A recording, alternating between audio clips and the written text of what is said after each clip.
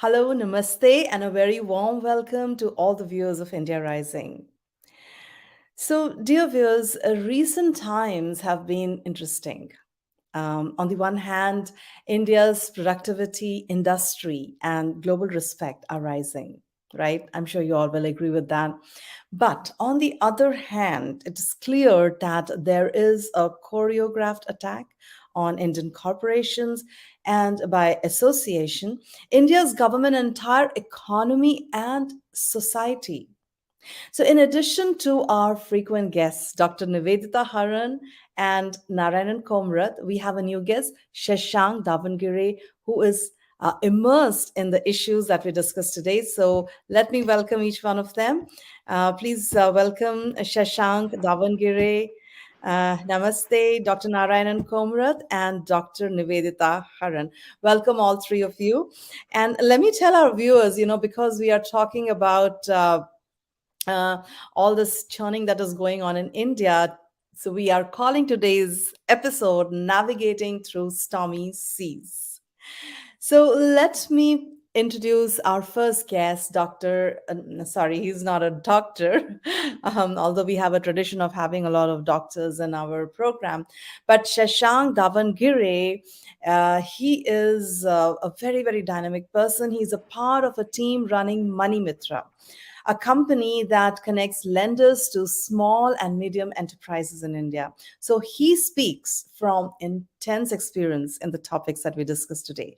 So let him introduce himself and present a few slides. I'm not sure if he's going to just present slides or he may just talk about it, about what he does. Shashank.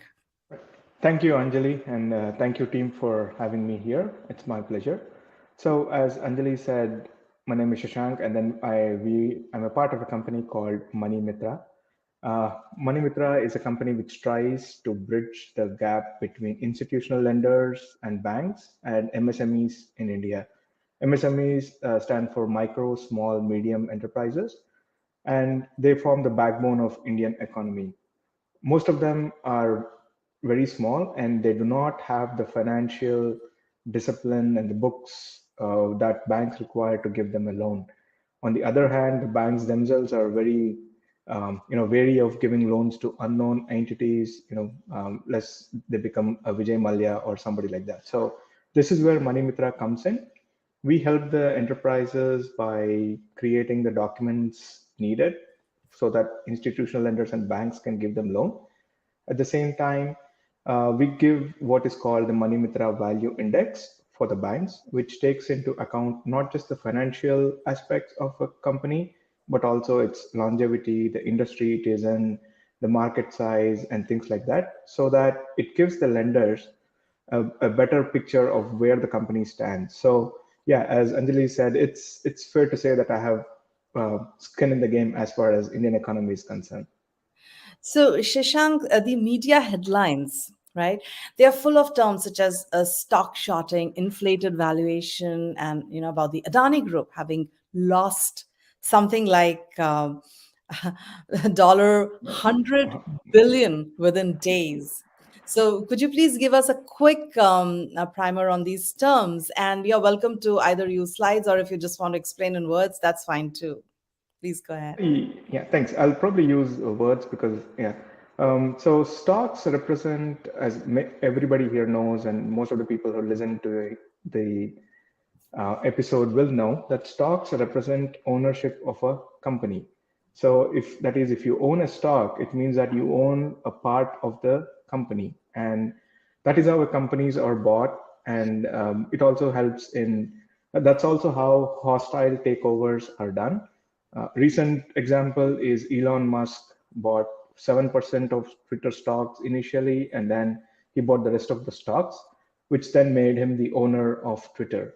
So, so instead of giving, so when you and I go to a bank to get a loan, we need to give a collateral, but companies usually do not have collateral or they're stuck something else. So they try to raise money using stocks. So it is very interesting, and for it's very interesting that the first company that introduced stocks was VOC, or the Dutch East India Company, which was the first multinational company in the world.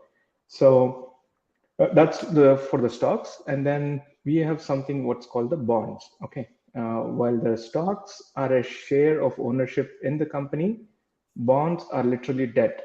So a bond is a loan from an investor to the borrower. In which case, in this case, the borrower is usually the company. And US runs on bonds. The US bond market is estimated to be about $40 trillion, while the US stock market is estimated to be about $20 trillion. So you can see the impact that bonds have. Bonds are considered safe because you get back your investment. At the same time, every year you get a return on it, the interest. And the stocks, they are dependent on the valuation or at that time. So that's why you see Adani Enterprises, when it was like 4,000 rupees per stock, it was the Adani was like the second or the third richest man and the first in Asia. And then when it went down after the Hindenburg report to 1,500, he lost the 100 billion. It's not realized thing. So it's just, all inflated. It's all in their mind. So that's the thing. And while talking about Hindenburg and Adani, there is something called shorting. Okay, so stocks, you buy it, you get a piece of the company, but in shorting, what you do is you don't have the stock yet. So, but you sell the stock at the current market price, hoping that the company price will go down, and then you can buy the stocks at that point. So it is reversing of what a normal stock is doing. So here you sell the stock first and then buy it later, as opposed to buying the stock first and then selling it later. So, and this is since this is very risky, hedge funds do this. That the reason why it is called hedge funds, because they are hedging their bets. So they do shorting as well as they do normal stocks. So there is a small story that I wanted to bring up. In 1980s, when Reliance shares, when a cabal in Calcutta was shorting Reliance shares, Dhirubhai Ambani got his NRI friends and family from across the world to buy more Reliance stocks. So it created a squeeze on the short sellers, and the cabal had to pay huge money, and they shut it down. So shorting is very risky, and that is where the Hindenburg people, they actually said in their report that they are shorting Adani stocks, and so that's the context within the Adani Hindenburg that I wanted to bring about. So, yeah, that was a very nice overview that you gave about stocks and bonds and shorting and Adani and Hindenburg. But my next question is to Narayanji. Narayanji, I remember that you, I think in one of the programs that you attended, you were very quick to point out that the Hindenburg report was a biased manipulation of the stock market as well as an attack on India's government. So, uh, what got you into saying that, and why do you describe it as a deja vu from 2002? You're on mute, Dr. Narayanan. You're on mute.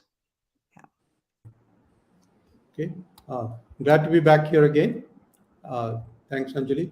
So I had a discussion with Professor Rajiv Srinivasan, who's a much more expert on these things and knew both these instances just to clear up my own memories. That discussion is available at his Shadow Warrior blog site. So the language and the screeching tone of those initial reports and their modus operandi was so exactly like what I had seen 20 years ago. So in this case, I immediately went about buying whatever Adani company stocks I could afford to buy. What happened 20 years ago was also an attempt to discredit, accuse, and demonize India's elected government. At the time, remember, that was probably the first NDA government that was in power. Those who could not win elections through the fair way created false narratives and sought foreign help. That is a disgusting part of it. They sought foreign help to overthrow the state government and central government in India. That attempt collapsed in laughter, and some of the ringleaders caught the attention of law enforcement agencies where they lived in the USA and UK, not the Indian government. Some of them became involuntary guests of those governments because of what they did in other things. Or the US government informed some employers with predictable results. So just to let you see ahead, and these things do catch up with their perpetrators. So here too, since the attack on the Adanis came out, the ratings agencies which were scared into suspending or downgrading Adani. That's exactly what was done initially with the report in 2002 as well. It scared the companies of that time. Those people have realized now that they were scammed. They restored Adani's status. The big institutional owners such as LIC and SBI, they went and checked in a panic. Then they confirmed that their due diligence was justified, and they are happy to continue to hold Adani stock. The stock market reaction was interesting. For a while there, no one was selling, and the price was shooting up every day. Last I checked. How they do that, I have no idea, but that's what is happening. I have no idea how things will turn out, but I do believe that, for example, Adani ports work every day. So do Adani cement factories, power plants, and infrastructure projects. So these are real work, real assets, real business, not vaporware. Ironically, some of the rating agencies, particularly Switzerland's famous Credit Suisse, teetered on the edge of bankruptcy themselves. No help from Adani there. It was absorbed into Switzerland's UBS bank, the largest bank there, under pressure from the Swiss government. And then their CEO resigned. Very interesting thing. On the other hand, in the United States, there was a sudden failure of the Silicon Valley Bank that was at the center of venture capital funding and all that. That really alarmed the US government into taking action to prevent a string of bank failures all over. So you had to wonder, entities such as the Hindenburg Organization claim to be there to warn people of poor accounting, poor governance. They totally failed to see these things. They totally failed to warn of these things happening right under their noses. Instead, they went far off across the world to India to create false narratives. But that should demonstrate the hollowness of their claim to be in the business of alerting investors to poor corporate governance. So all in all, this is just a scam. So, Dr. Narayanan, do you have some comments to put these attacks in historical context? Let's hear them. Okay, well, sure. I wonder if someone is planning to do to India, and it's very scary, do to India and Indian companies or through Indian companies what they have done to so many nations and their economies. I mean, look at Iraq, tragic. Syria, even more.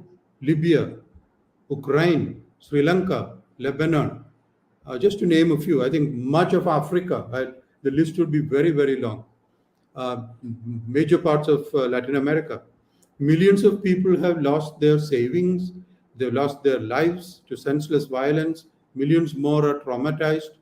Tens of millions of good, decent citizens have lost their entire life's earnings, livelihoods, homes, and had to run away as penniless refugees wandering in hostile foreign lands.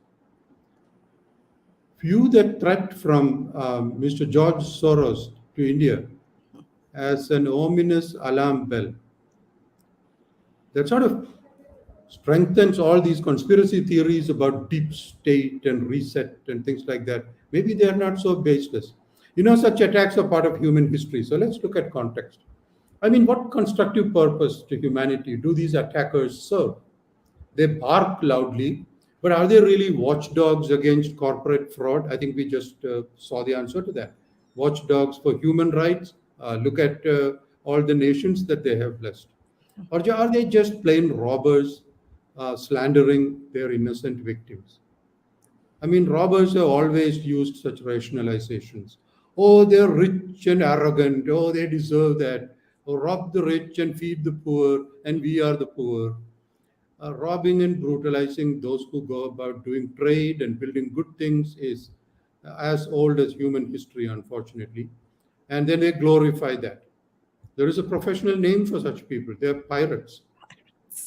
Since ancient times, Indians have been conducting peaceful, constructive trade across the world. That's our tradition. And the ancestors of some of the present predators were pirates back then too. Look at the name, Sir Walter Raleigh, a pirate by profession. He became Sir because he bribed the chief robber, the Queen. Sir Francis Drake, also a pirate. If both of these hadn't bribed the Queen, both would have been hanged as pirates. Piracy was against the law where they lived. You know, my high school textbooks started their history section discussing the Phoenician traders. Those were the earliest traders with ships and all that named there, because these textbooks came from the West. Then came the Babylonians, and then the Romans, or whoever defeated each, as if this were a cricket match. What they did is burn their ports and settlements and mass murdered them and enslaved them. Why? Only recently did it occur to me who the players really were. See, in those days, there was no Suez Canal. So India-based traders could only reach the east side. Then the goods had to be transported on camels or whatever to the other side and into the Mediterranean. So these Phoenicians were the shipping and trading community that carried Indian goods to Mediterranean ports and beyond. They were traders, not invaders. And they were targets for pirates because they did not invest enough in weapons and weapon technology and armies. They did not have a deterrent. Maybe there's a lesson here. That was very interesting the way that you have put all this into context, and quite funny actually. But it is what it is. So let me turn to Dr. Nivedita. She has been silent for quite some time. So what do you think, Dr. Nivedita? How do you sense the governments and corporate India's reactions? Thanks, Anjali. Um, Actually, it's true. When Professor Narayanan calls them pirates, John Key and William Dalrymple both have called the East India Company, initial East India Company traders, pirates, and they were so. Now, he also mentioned how countries have been brought to the ground. And I say from personal experience, having lived in Syria, my husband was posted there for 4 years, and we saw the pre-destruction and post-destruction. It is pathetic. It is pathetic how a country which is moving towards modernity, developing country, can be brought to the ground. It's a test case how it can be done by the forces that want to do it. And therefore, when Professor Narayanan talks about all this, let's not be very, very dismissive about it, because I think there is a lot, not just a grain of truth, but a lot of grains of truth in it. Now, coming to what about the working of the corporates, and especially this one single one, I see it basically as a issue of corporate governance. Now in India, the attempt was basically to indicate to the world that nothing in India worked. There was no regulatory framework. There was nothing to control them, and everything worked just through cronyism. That was the attempt. But that's not correct. And having been and having served in some of these departments, I can tell you with certainty that some of the controlling and regulatory authorities in India are probably one of the most, I would say, robust and well controlled. And therefore, to say that something like this anyone can get away with it, I think one should take it with a big pinch of salt. Secondly, we do have these agencies that are working. They're working day and night, whether it is the DF, the Department of Financial Services, or SEBI, or MCA, which is Ministry of Company Affairs, Corporate Affairs. They are all working to ensure that there is the rule of law. And therefore, to say that any company could have got away with all this, what the report claims, to have happened, the kind of aberrations they're pointed out, I think it's a bit laughable to begin with. It is. And also, I want to mention that each of these companies have a board of directors, and these boards of directors are pretty hands-on. Some of them, I'm not talking about any particular one, but some of them are very hands-on, and therefore, that something of this nature, big aberrations of this nature, could have gone on and would have been lost sight of. I think that would be one would have to really wait and see. And now that there is a report to be brought out by the Apex Court committee that has been set up, I think it will be fair to wait for that and find out what it comes up with. Actually, I must say that both of you have put very good context and a historical context around what is going on. So, my next question is to all of you. Um, we got a sense of what these attacks are like.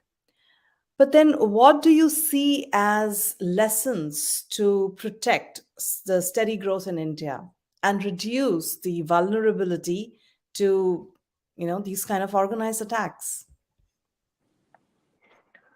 Sure. Adding on to what Dr. Nivedita ji said, the Indian government bans trading in Indian derivatives by foreign entities.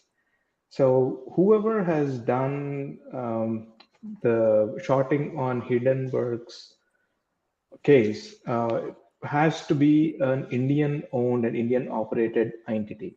So this goes on with what Professor was saying earlier about the pirates. So we have our own homegrown Atmanirbhar Bharat pirates as well, Professor. So in case when SEBI, in the Apex Court has already asked SEBI to find out details, the SEBI will go through the money trail about all of these entities who have taken the promissory note, so to speak, on behalf of Hindenburg.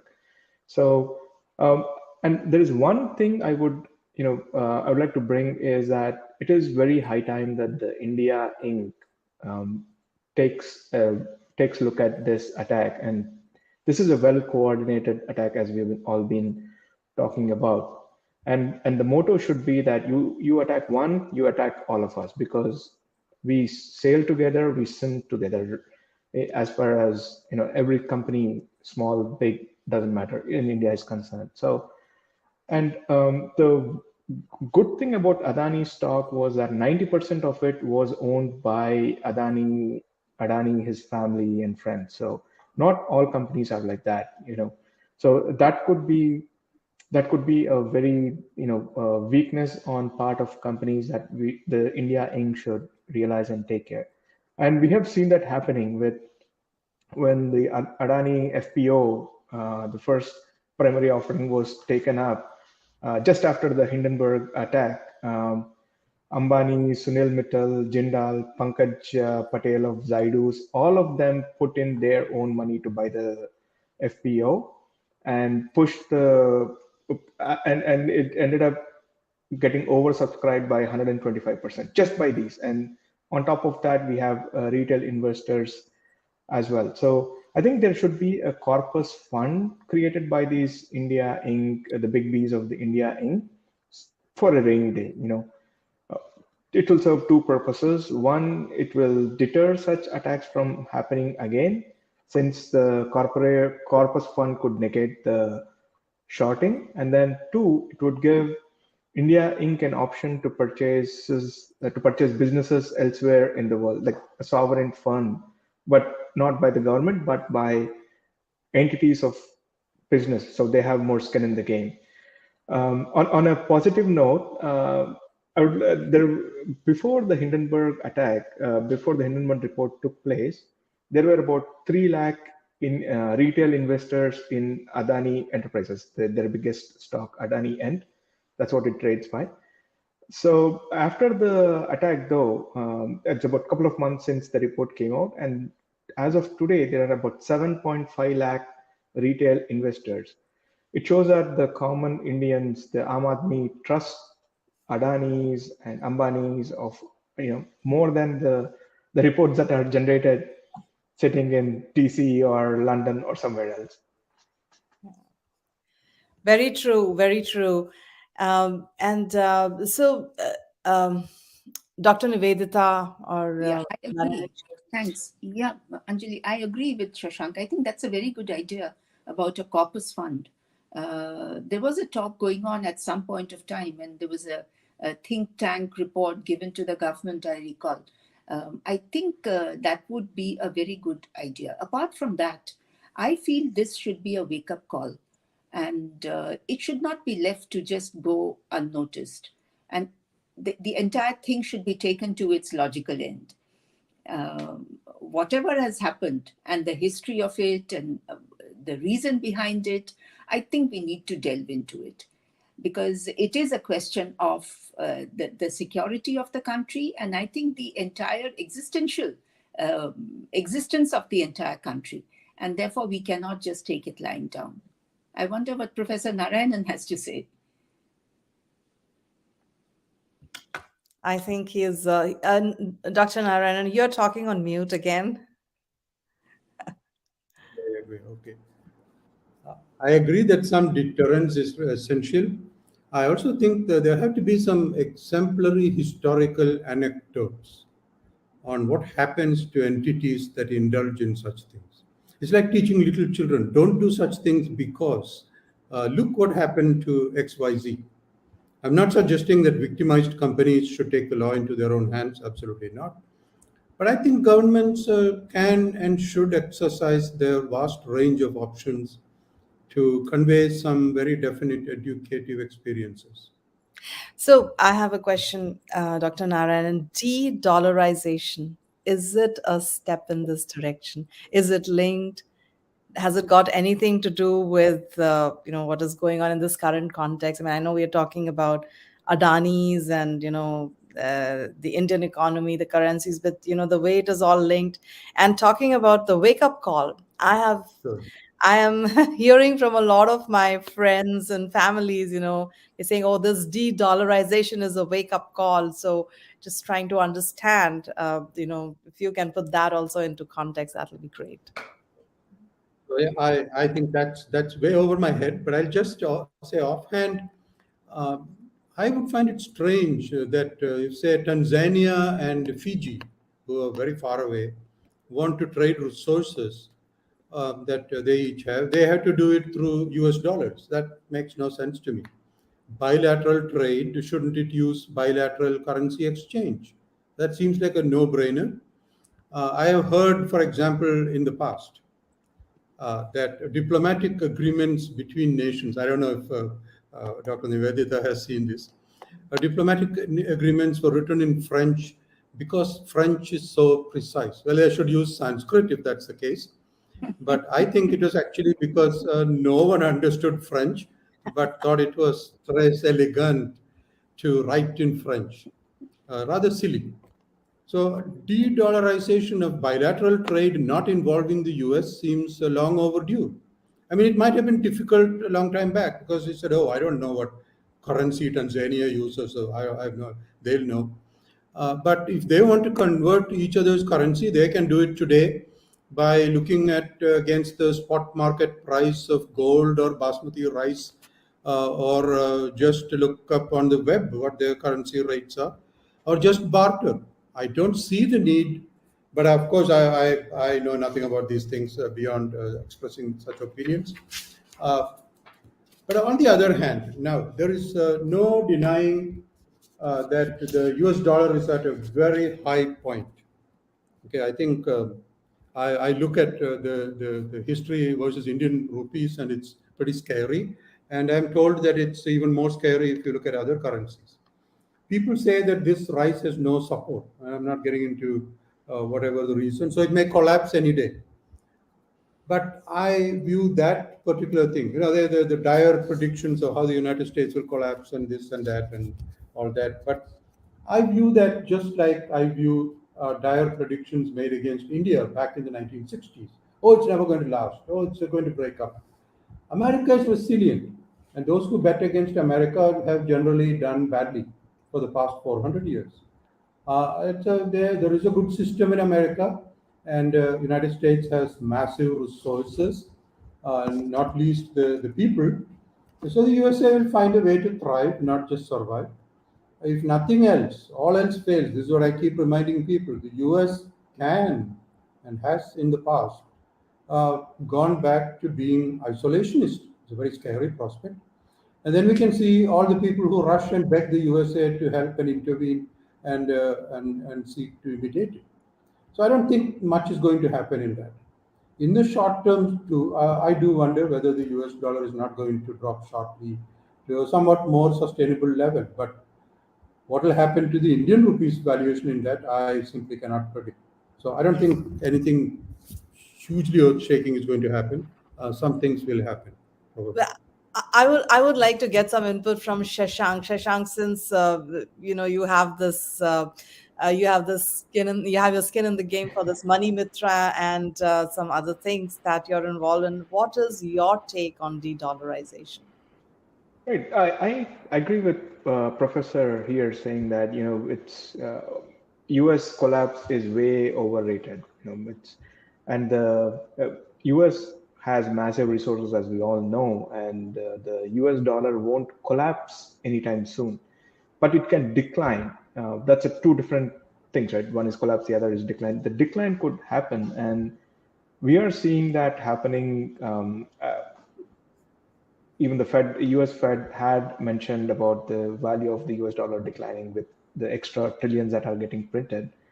Professor Seymour Hersh had laid out three basic reasons for the decline. The first one, he said that the US dollar is backed by American economy, and it is not what it was 15, 20 years ago, even 10 years ago, where US was the biggest market, the biggest consumer market.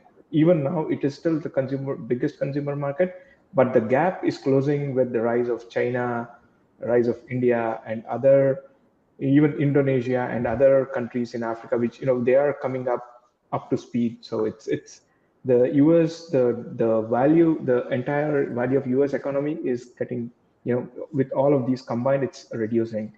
And then the second one, he says, is that the US has militarized dollar. In our history, even before US dollar, there was pound. Before that, there was Dosh. There was the Dutch guilder and all of those things. But they all collapsed when they militarized it. And that's where US is militarizing, especially with the Ukraine conflict, where they seized assets of Russia and they're seizing assets of Iran, Venezuela, and all of those things.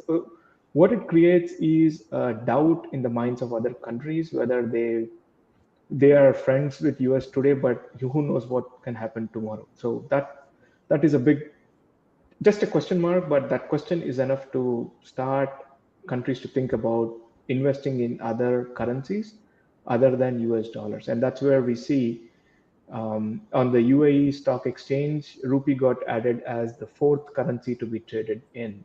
And so we are seeing the change. Again, it won't happen by tomorrow or even in 10 years, but you will see that the decline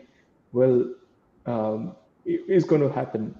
The third one, which professor had said that why does Tanzania and Fiji have to trade in US dollar, right? It was because of SWIFT, which was based on the US dollar as the base point. So every currency would be traded using USD.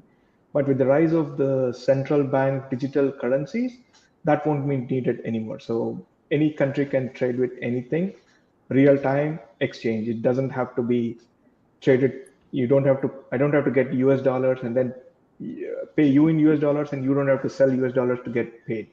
That one will be the biggest, I think, the biggest change for it's going to hit the US dollar and the economy in itself. So so very, very interesting times, and the Stormy series are still getting more stormy, I would say. So talking about trade, and I oh, think sorry. Anjali, if Yeah. I may add, Yes. it's a small step, but I think between India and Russia, the trade between India and Russia, I think The first step towards de-dollarization has already happened. And I understand that maybe a minuscule part, but at least a small part of the trade is now going to be between the two currencies of the two countries, and dollar will be out. So I think, as Shashank said, it's going to take time. But I think the fact that countries have started thinking about it and taking some stand on it itself makes a difference.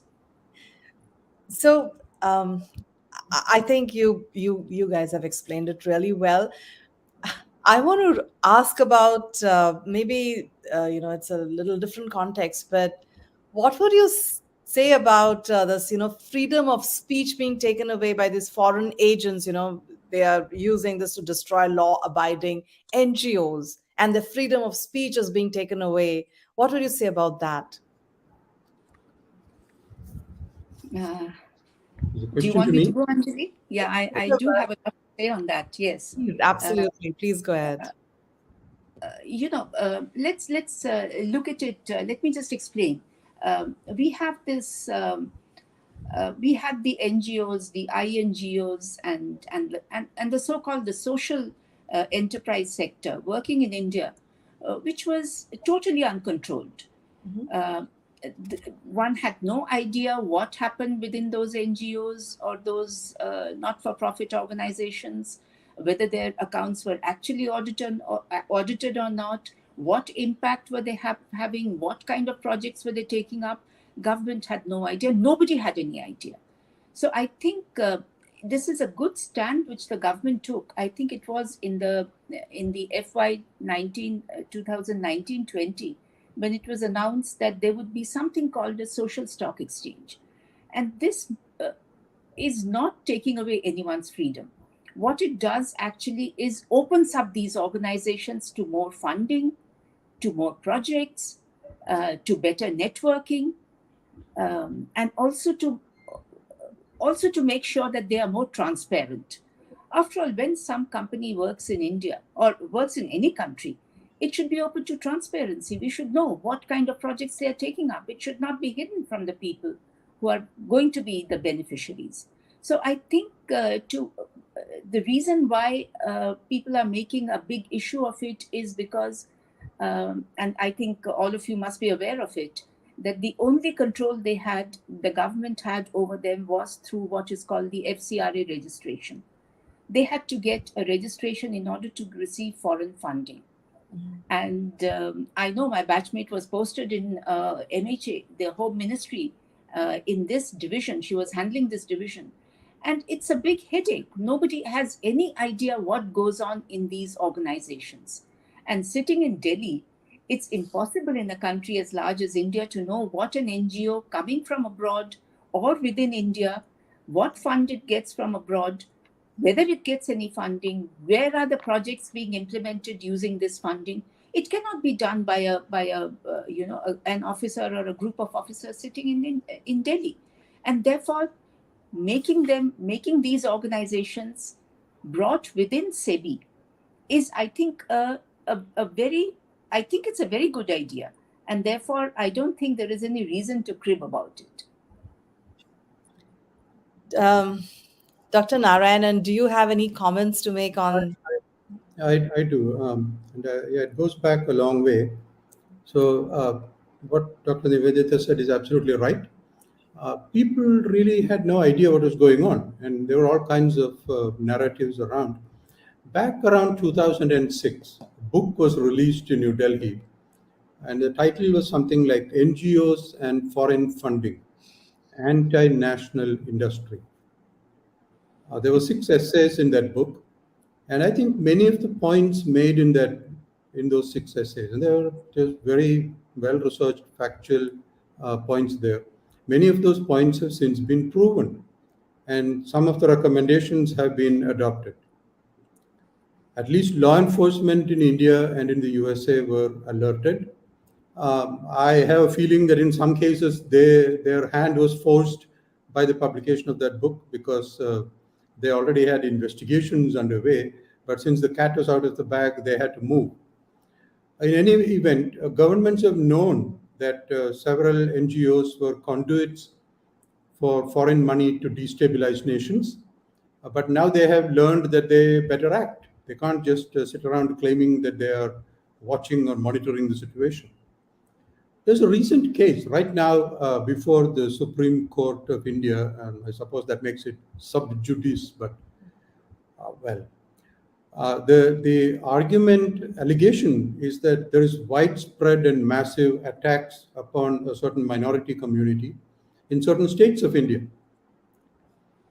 The counter argument there, the government did not just take it lying down. The counter argument is very strong and is now before the Supreme Court, said that the figures cited in the complaint are blatantly false and they are manipulated by people, namely foreign funded NGOs, who, according to the government representation, who want to use the Supreme Court of India to amplify attacks against India abroad.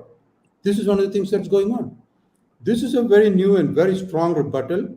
And as predicted, this court has asked to see clear evidence on one side or the other. So I think that's an example that the government is finally beginning to really wake up to what's going on here. A lot of this is quote unquote religious faith, etc., etc. But if you really look behind all those things, these are blatant greed and it's about greed and power. Okay, and the power is about greed. Nothing to do with the teachings of any religion. Okay, Absolutely. Absolutely. I agree. In fact, recently there was a congresswoman who passed a remark that 20 million minorities in India, they are having, there's a genocide going on. Yes. And we were just talking about it, and we were just saying laughingly that she's probably forgotten that, she's just added a few more zeros. If at all. I think she should I say about these things that look, in the next 40 years, over 1 billion people in India will die. So will I. So will I, exactly. No, I think we should sponsor this congresswoman's trip to India. She should be taken around. Well, yeah, that's a good idea, but some people Yes and no, I think. Yeah. They have their very strong biases. But coming back to this social stock exchange, right? You mentioned social stock exchange. Now, what is the social stock exchange? I would like to really learn some more. Just get some more knowledge on this one. If you can elaborate on that. Yeah, it's been very clearly laid down what the social stock exchange means. So just as you have the corporate sector, the companies which are registered bodies, which are the corporates, which are doing business, we have the what are called these are also agencies or organizations that are working, that are taking up projects, that are employing people, but they're working in the social sectors. Now, they also are, in a way, doing business. It could be not for profit or otherwise, but it is a business. It is something where they are earning money. That money could be plowed back into the project, into the organization, or it could be for profit. So therefore, they are the stand that we have taken, the government has taken, is that they are no different from any other business. So they should also have a system by which they should be regulated. So by doing that, the government has brought them within the ambit of SEBI, and it also has some advantages. The main advantage is that they can now raise funds, and through SEBI, they can raise funds by either floating as a listed company or otherwise. And it'll be easier for them to get funds. And it is not necessary for them to always wait for a foreign agency to come and support them. The funds can be had from within. Actually, in India, I find, Anjali, that's a point that I am sure the other guests would also have something to say on that. We do not have a well-regulated and well-organized philanthropic bodies. It's always either religion connected or it is something very informal. this is an occasion where philanthropy is becoming an organized sector, where people who want to donate, who want to contribute to the social sector. So, for instance, somebody wants to set up a school in a backward area in Bihar, and they want to fund it. They find out NGOs or companies, not-for-profit or FPs who are working in that area, and they donate that money. They buy, shares in that company, or they contribute to that company so that that company can fulfill that project. So it's a very organized way of doing it, and which is also very important. It has for the first time been laid down. What are the areas? What are these social sectors? The social sector is a very vast area. It's a vast canvas where anything can go. And that is why there were agencies and NGOs that were taking advantage of it and funding all kinds of activities. In fact, there were agencies, now we find, 90% of their funding was going into their administrative costs. So they were left with just 10%, which was used for projects. Now, that is not, we do not want agencies to be so ineffectual. And the areas where they can take up projects would be very clearly laid down, the 17 SDGs. Okay, the Sustainable Development Goals. So it's climate change, disaster management, equality, gender equality, etc., etc. So there is no gainsaying that these are the areas which require social improvement, and these are the sectors that are open for being taken up under project. So I think it's a lot of systematization is happening, and I think it's action in a right direction. Right. So from whatever you're saying, it's giving such a nice picture of the ways very systematically philanthropy is being organized. So I have something to say about the Indian judicial system. There is, you hear all kind of Western comments on Indian judicial system. So how Indian judiciary, vis-a-vis the world, how do you look at it? Would like to know from. This question is open to all three of you. I'll throw in my comments on that. I look at these things, and some of these are just incendiary media reports. Like, oh, look, Americans said that India. Look, you look at how this happened, and most of these are sort of careless remarks forced on officials who have their own automatic reactions from childhood upbringing, and they're induced by malicious journalists, quote unquote journalists. They're like middle school tips. Don't pay attention to it. Of course, our worry is legitimate, and that is when the mainstream media, are full of such distortions and false narratives. Many people are fooled, and that is how hatred and wars are justified. Demonization, caricature. In this case, I think the Indian Foreign Ministry appears to take care of these things very effectively these days, which is a very good sign actually. And they do it without the obvious defensiveness or anger that still comes from the People's Republic of China. I'm sometimes very surprised to see the kind of reactions that they put out. Of course, there's much to learn from their own ways of dealing with attacks on their culture and society. But really, India has nothing to be ashamed of.